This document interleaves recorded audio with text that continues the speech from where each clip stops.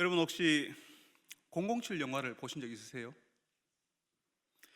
제가 학교를 다닐 때부터 이 007 시리즈는 엄청 인기가 있었습니다. 지금 청년들은 아마 톰 크루즈라는 배우가 나오는 미션 임파서블 시리즈를 훨씬 좋아할 것 같은데요. 미션 임파서블 시리즈 전에는 007 시리즈를 대항할 만한 영화가 거의 없었습니다. 한 시대를 풍미했어요. 그러니까 007 시리즈가 이렇게 유명하니까 007 빵 이런 게임도 막 이렇게 친구들이 막 하기 시작했거든요. 특별히 남자들이 좋아할 만한 것들이 007 시리즈 안에는 거의 다 들어가 있었습니다. 내가 당하지만 않으면 불구경 싸움 구경이 세상에서 제일 재밌다 하지 않습니까? 그런 게 007 시리즈에서는 연속해서 계속 나오거든요. 최첨단 무기가 등장하는데 관객의 상상을 뛰어넘는 희한한 무기로 이 007이 악당을 물리치거든요. 그것도 통쾌하고요. 일단은 이야기가 굉장히 단순해요. 그래서 단순한 우리 남자들이 즐기기에는 최고예요. 선과 악이 아주 확연하게 구분이 되거든요. 마지막은 항상 007이 이깁니다. 나쁜 놈들 다 죽고요. 거기다가 아주 미모가 뛰어난 여성들이 계속 등장합니다. 그리고 007 이 영화에서는 주인공 제임스 본드가요, 자기 이름을 제임스 본드 하면요, 여성들이 다 넘어와요. 이게 남자들에게 환타지인 거예요. 우리 주변에서는 도무지 만날 수 없는 여성들이 영화에 나오는데 저 제임스라는 놈은 자기 이름만 이야기하면 그 여성들이 다 넘어오니까 현실에서는 도저히 일어날 수 없는 그런 일을 007 영화를 보면서 환상을 경험하는 거죠. 그런데 여러분, 그 007 영화에 나오는 그 화려한 여성들은 주인공 제임스 본드를 골치 아프게 하거나 걸리적거리는 존재로 나온다는 거 알고 계십니까? 그 여성 때문에 제임스 본드는 위험에 처하거나 아니면 그 여성들이 잠시 아주 화려한 모습으로 등장했다가 그냥 허무하게 죽는 역할이에요. 007 시리즈 영화가 남자들의 영화니까 그럴 수 있겠다 싶지만 여성들이 철저하게 수동적이고 스스로 문제를 해결할 능력이 없는 존재로 묘사된다는 거죠. 지금은 많이 바뀌기는 했지만 여전히 영화나 드라마에 나오는 여성의 역할이요, 남자에게만 기대는 수동적인 역할이 많습니다. 공주처럼 예쁘게는 나오는데 남자에게 모든 것을 요구하고 받아가는 사람이요, 남자가 먼저 사랑을 고백하고 깜짝 이벤트를 열어서 감동을 주고 공주처럼 나온 여성은 그걸 당연하게 받아들이는 거죠. 그런 영화나 드라마가 남성과 여성의 성 역할을 그런 식으로 보여주니까요, 교회의 남자 청년들이 정말 힘들어해요. 고민이 그런 거거든요. 프로포즈를 어떻게 멋있게 할까, 여성들을 깜짝 놀라게 할까, 그런 고민을 하더라고요. 사귀는 여성에게 어떤 선물을 해야지 감동할까, 그런 고민을 하더라고요. 여성들이 그런 고민하는 거 봤습니까? 여성들은 받는 거라고 생각해요. 영화나 드라마에서 다 그런 거는 남자가 하는 걸로 나오거든요. 여성은 공주처럼 예쁘게 앉아서 예쁘게만 하고 있으면 된다고 생각하는 거죠. 예, 좋습니다. 사랑 고백이며 선물하는 것 고민하면 좋은 거죠. 필요하죠. 그런데 여성이 먼저 사랑을 고백하면 안 되나요? 프로포즈는 여성이 먼저 하면 어디가 더 납니까? 여성들이 남자에게 선물을 먼저 주면 평균 수명이 줄어드나요? 제가 여성의 달에 지금 무슨 소리를 하고 있는 거죠? 여러분, 오늘 우리가 읽은 말씀에는요, 슬로브아시라고 하는 사람의 딸이 나옵니다. 5명의 딸이 있었는데요, 이 딸들은 남자에게만 기대거나 남자가 없으면 아무것도 못하는 그런 여성들이 아니었어요. 아버지 슬로보아스는 이미 광야에서 죽었거든요. 그러니까 이 집엔 딸들만 있는 거죠. 여성들만 있습니다. 그런데 오늘 말씀, 우리가 27장을 읽었는데 민수기, 이 앞장에 뭐 어떤 내용이 나오냐면요, 땅을 분배하는 내용이 나와요. 하나님이 약속하신 땅 가나안에 들어가기 전에 모든 지파, 모든 가문의 땅을 분배하는데 그 분배를 어떻게 하냐면 아버지나 아들에게 땅을 나눠주는 거예요. 슬로보아스의 집에는 아버지 슬로보아스이 없다고요. 그러면 아들도 없어요. 그러면 딸들만 있는 집에서는 어떻게 하죠? 이 집에는 아버지도 없고 아들도 없는데 아버지와 아들을 중심으로 땅을 나눠주니까 슬로보아스의 딸들이 할 수 있는 방법은요, 시집을 가는 거예요.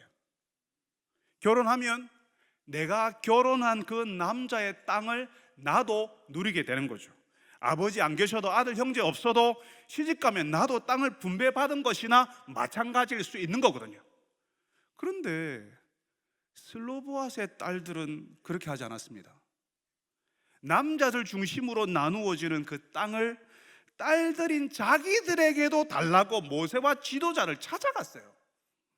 여러분, 그 당시 이스라엘은요, 유목민 사회, 유목민의 형태를 가지고 있었어요.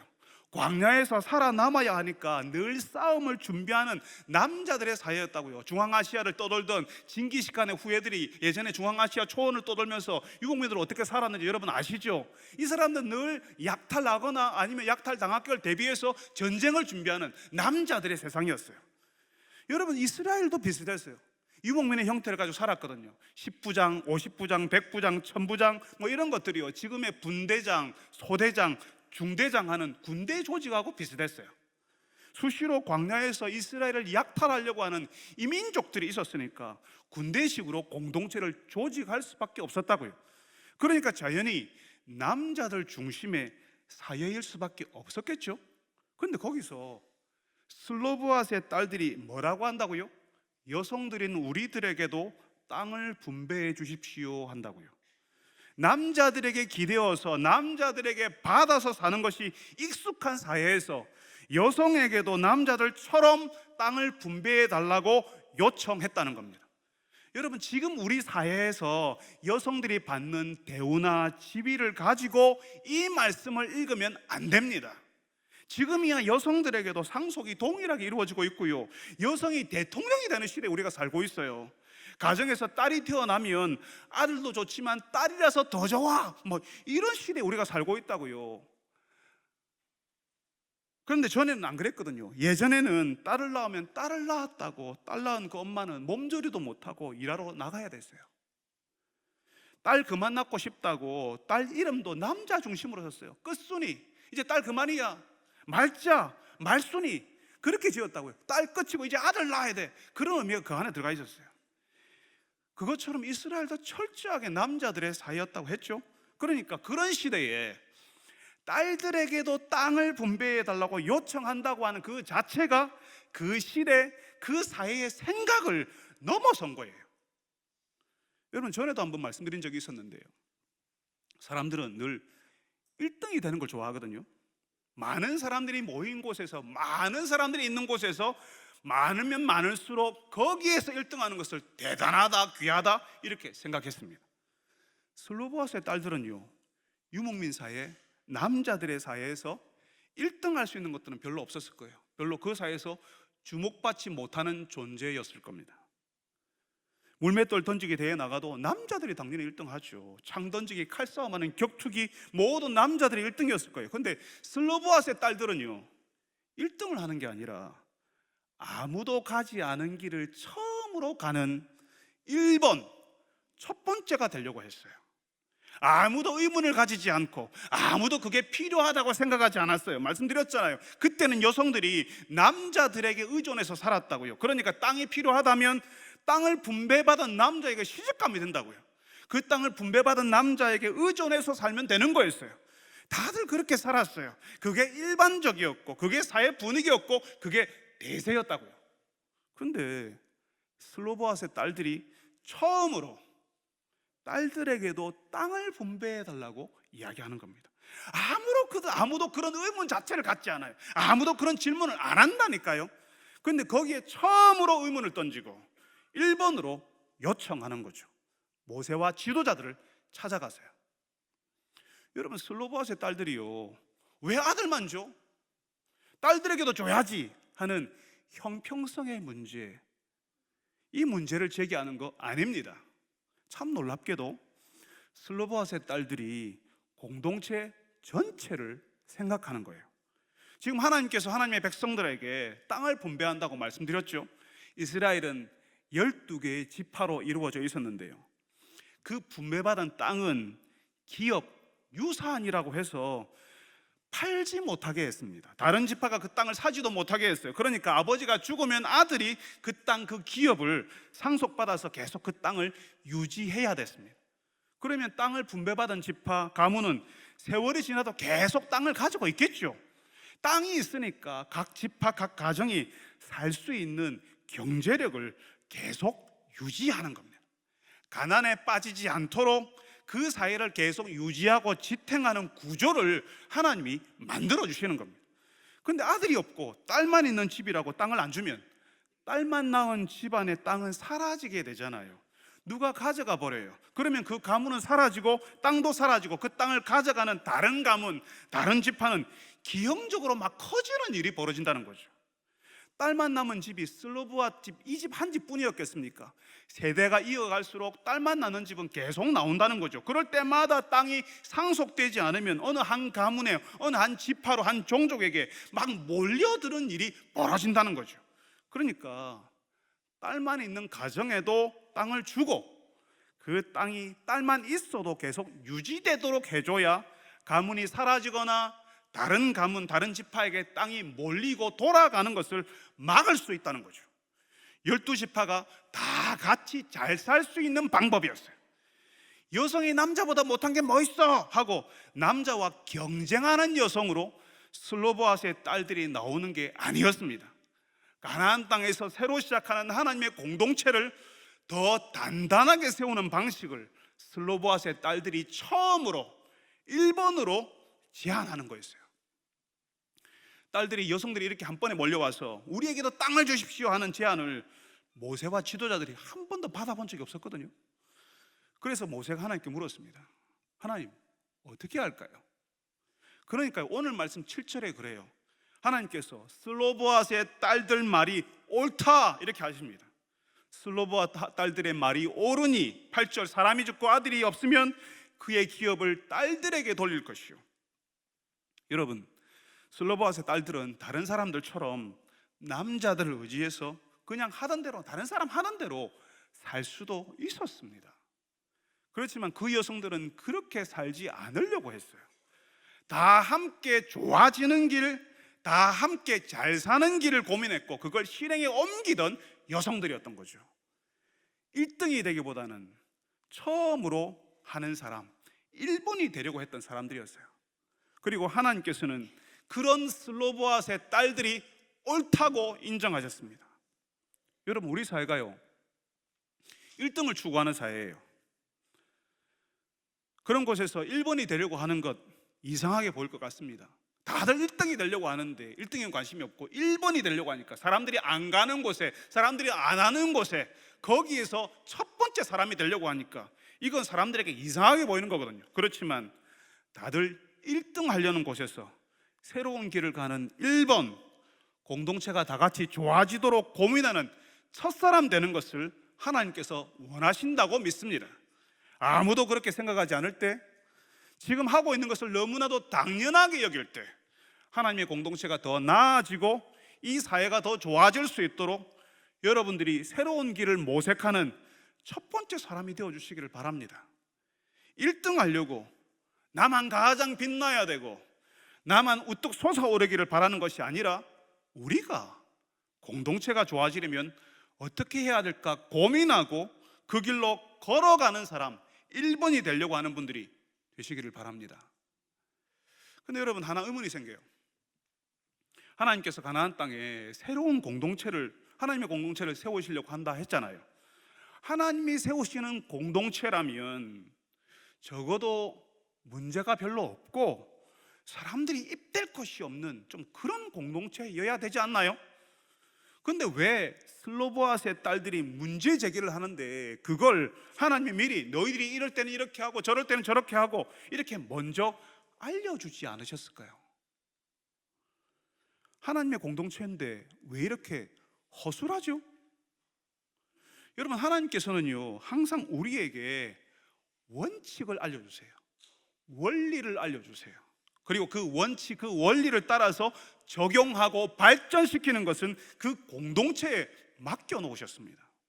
슬로보아스의 딸들이 여기 문제 있어 하고 모세와 지도자들에게 이야기하니까 그 문제를 생각해보고 해결하잖아요.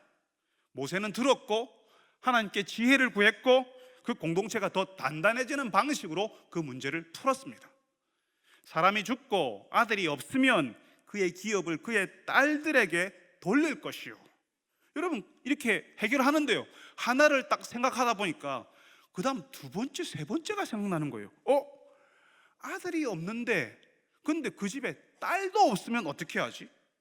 결혼했지만 사고로, 전쟁으로, 인생에 닥친 여러 일로 그 땅을 상속받을 가족이 하나도 남지 않았을 때는 어떻게 하지? 이런 생각이 연이어 일어나게 되는 겁니다. 그래서 오늘 말씀 9절부터 11절에 그래요. 딸이 없으면, 딸도 없으면 그의 기업을 형제에게 줄 것이요, 형제도 없으면 그의 아버지의 형제에게 줄 것이요, 그의 아버지의 형제도 없으면 가장 가까운 친족에게 주어 받게 할지니라. 슬로보아스의 딸들이 처음 그 문제를 제기하니까 연이어서 다른 문제들을 고민하게 되고 그리고 더 좋은 방식으로 풀어가는 거죠. 여러분, 이 땅에 있는 하나님의 공동체가 완벽한 공동체가 아닙니다. 여러분들이 교회에서 보셨잖아요. 교회가 하나님의 공동체라는데 어떤 분들에게는 참 지지리 궁상 같은 그런 모습이, 그런 상황들이 보일 수도 있을 겁니다. 그렇지만 오늘 말씀에는요, 슬로보아스의 딸들이 불평했다고 나오지 않아요. 원망했다고 나오지 않아요. 모세와 지도자들이 참 세밀하지 못하네, 여성들을 향한 배려가 이렇게 없나, 딸들을 이렇게 무시하나, 이렇게 하지 않았습니다. 찾아가서 이야기했고요, 그 이야기를 들은 지도자들은 하나님께 지혜를 구했습니다. 오늘 말씀이 그거예요. 교회 안에 마음에 안 드는 문제가 생기는 것이 이상한 게 아니라는 거죠. 문제 있으면 희한한 교회다, 이거 아니라는 거예요. 다만 미처 생각하지 못한 일들이 일어났을 때 서로 이야기하고 풀어가야 한다는 사실을 하나님이 알려주시는 겁니다. 그 문제를 하나님께 아뢰이고 지혜를 구하니까요, 하나님께서 이 공동체를 인도하시는 겁니다. 더 나은 공동체가 되게 하시는 거죠. 여러분, 하나님의 공동체가요, 시대마다 그 공동체가 처한 상황에 따라서 해결해야 될 문제들이 있습니다. 모든 교회들이 같이 겪는 문제도 있고요, 우리 교회만 가지고 있는 문제도 있어요. 여러분, 교회가 해결해야 될 문제가 있다는 사실을 이상하게 생각하지 마시기 바랍니다. 아무리 좋은 교회, 건강한 교회라도 문제 없는 교회는 없습니다. 사람들이 자꾸 그런 얘기를 하거든요. 교회가 왜 이래? 교회가 왜 이 모양이야? 교회는 왜 이래? 이렇게 이야기해요. 교회가 문제가 많다는 거죠. 안타까운 마음으로 그런 이야기 한다는 사실을 압니다. 교회는 왜 이래? 근데 여러분, 교회는 처음부터 그랬어요. 원래부터 그랬어요. 교회는 늘 문제였어요. 한 번도 괜찮은 적이 없었어요.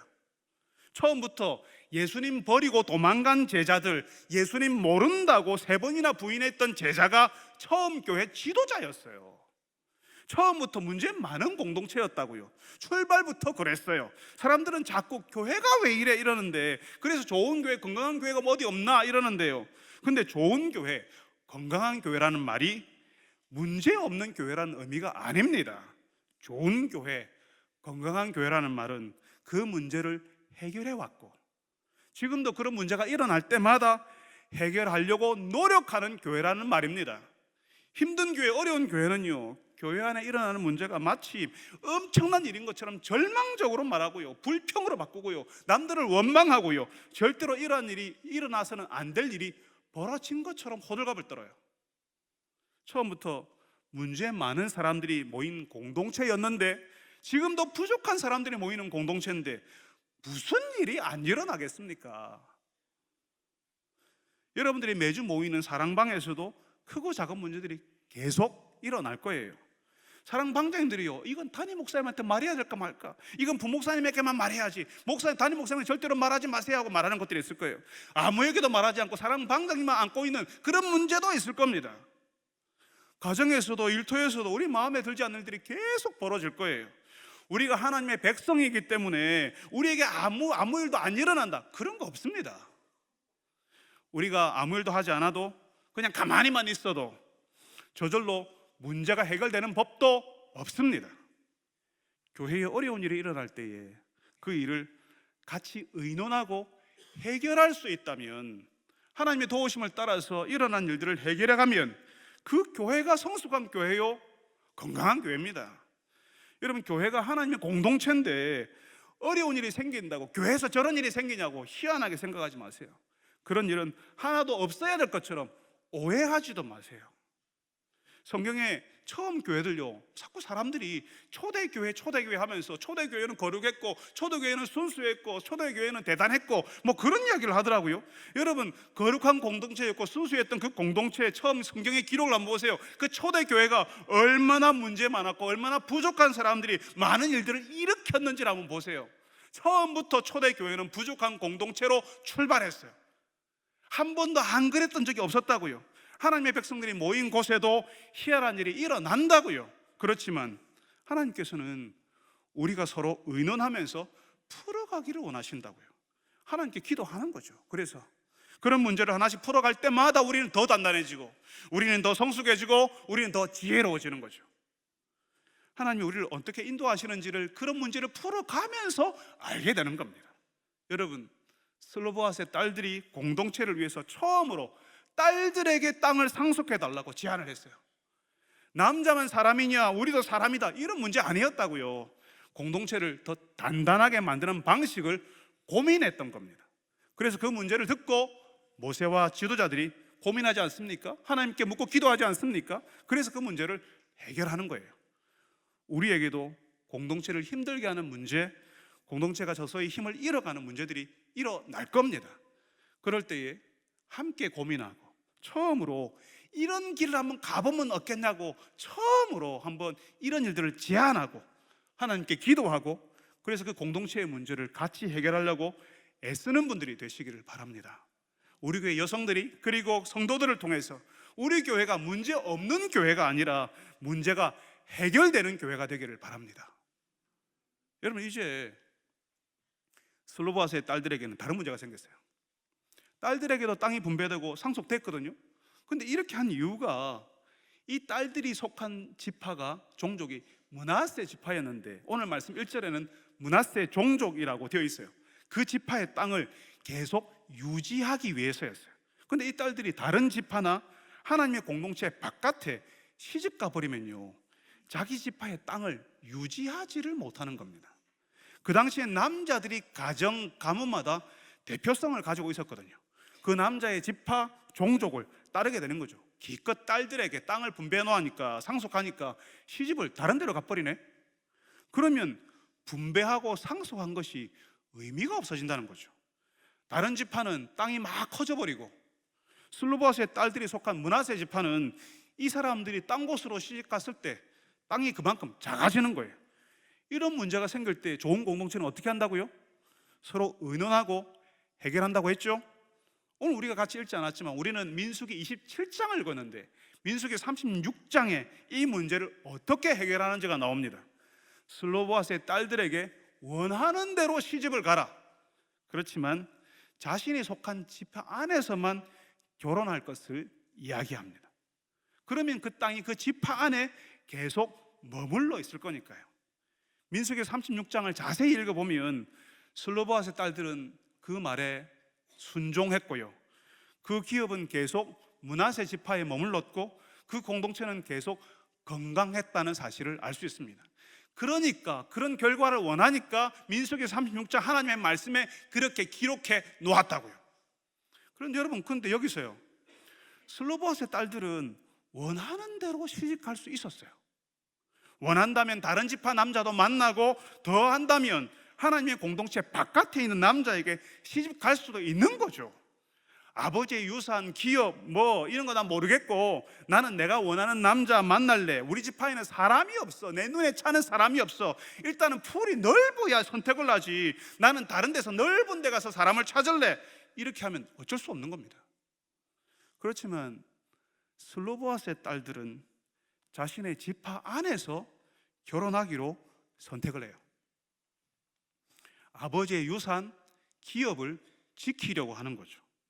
그래서 다른 데로 시집갈 수 있는데, 할 수 있는데 슬로보아스의 딸들은 그렇게 하지 않는 선택을 한다는 겁니다. 여러분, 저는 이게 너무 중요하다고 생각을 해요. 우리 시대 교회의 청년들이요, 공동체 안에 사람이 없대요. 예수 믿는 청년들이 없습니다. 마음에 드는 사람들이 없습니다. 내 눈에 차지 않습니다. 내가 찾는, 내가 원하는 배우자가 아닙니다. 이렇게 이야기해요. 그래서 공동체 바깥에서 사람을 찾고 더 넓은 곳에서 사람을 만나려고 해요. 이해는 합니다. 그렇지만 신앙이 없는 청년을 만나면요, 신앙의 유산을 지키는 것이 어려워져요. 목사는 이게 중요하다고 생각하는데 정작 결혼 당사자인 청년들은 신앙의 유산보다는 지금 내 마음에 드는 사람이 훨씬 중요하다고 생각하는 거죠. 내 눈에 차는 사람, 내 마음에 드는 사람, 이게 훨씬 중요한 거예요. 교회 바깥에서. 그래서 내 눈에 차는 사람, 내 기준에 차는 사람을 찾겠다고 하는 거죠. 그렇게 하는 것을 그 청년의 선택이니까 뭐라고 말 못하겠어요. 다른 사람들도 안 믿는 청년 교회 데리고 와서 교회 데리고 나오더라고 이렇게 말하니까 더 이상 할 수 있는 말이 없는 거죠. 그런데 여러분, 이건 알아야 돼요. 신앙의 유산이 뭐가 중요하냐고, 지금 내 눈에 차는 사람 찾는 게 훨씬 중요하지라고 해서 신앙 없는 사람과 결혼하면요, 그렇게 결혼한 그 사람은 여러분의 신앙 유산을 더 가치 없게 생각할 겁니다. 여러분을 따라서 교회 나오지 않습니다. 내가 신앙의 유산을 귀히 여기지 않는데, 내가 신앙의 유산을 귀하게 여기지 않았는데, 신앙 없는 내 아내, 내 남편이 내 신앙의 유산을 어떻게 귀하게 여겨주겠어요? 아무 관심 없습니다. 아직도 하나님을 믿고 교회 가는 것을 이상하게 생각할 것이고, 너무나도 당연하게 드리는 그 예배조차도 마치 내 아내를, 내 남편을 교회에 빼앗긴 것처럼 생각하게 될 겁니다.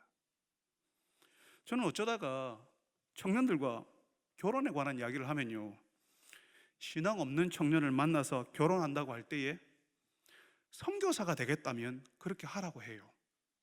제가 말릴 수는 없거든요. 그 청년의 선택이거든요. 그렇지만 굳이 하겠다면 선교사가 되었다는 마음으로 하라, 그렇게 이야기합니다.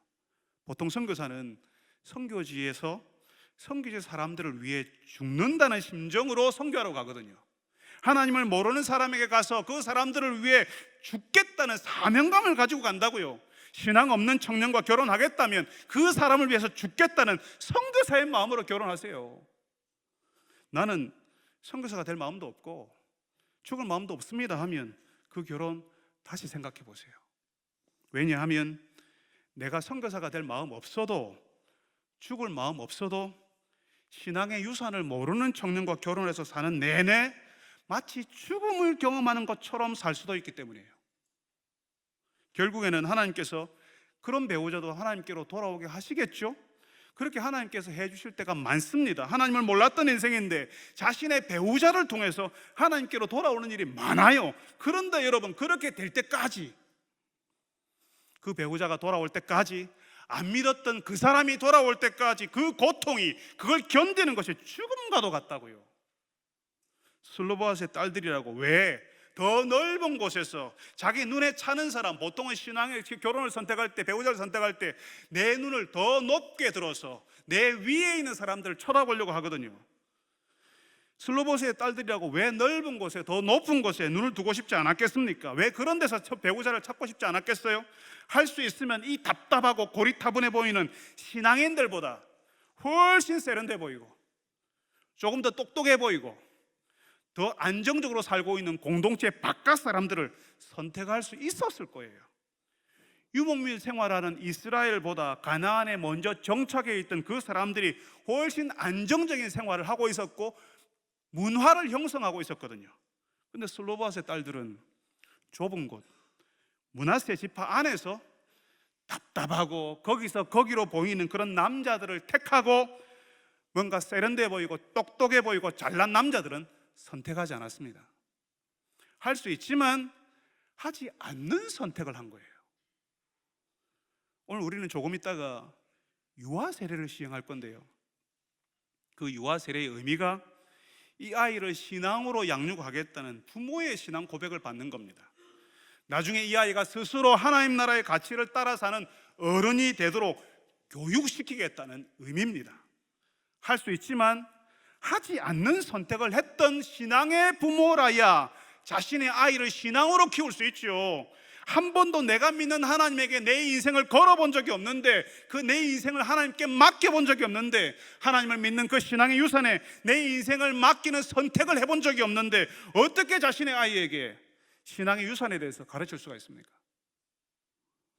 아직 결혼하지 않은 청년 여러분, 그리고 결혼할 청년들의 부모 여러분, 슬로보아스의 딸들처럼 다른 데로 시집가고 장가갈 수 있지만 그렇게 하지 않는 선택을 해주시길 바랍니다.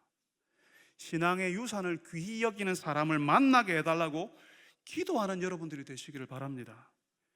교회 안 청년들은 연봉도 낮고 집안도 별로고 그래서 마음에 들지 않을 수 있겠어요.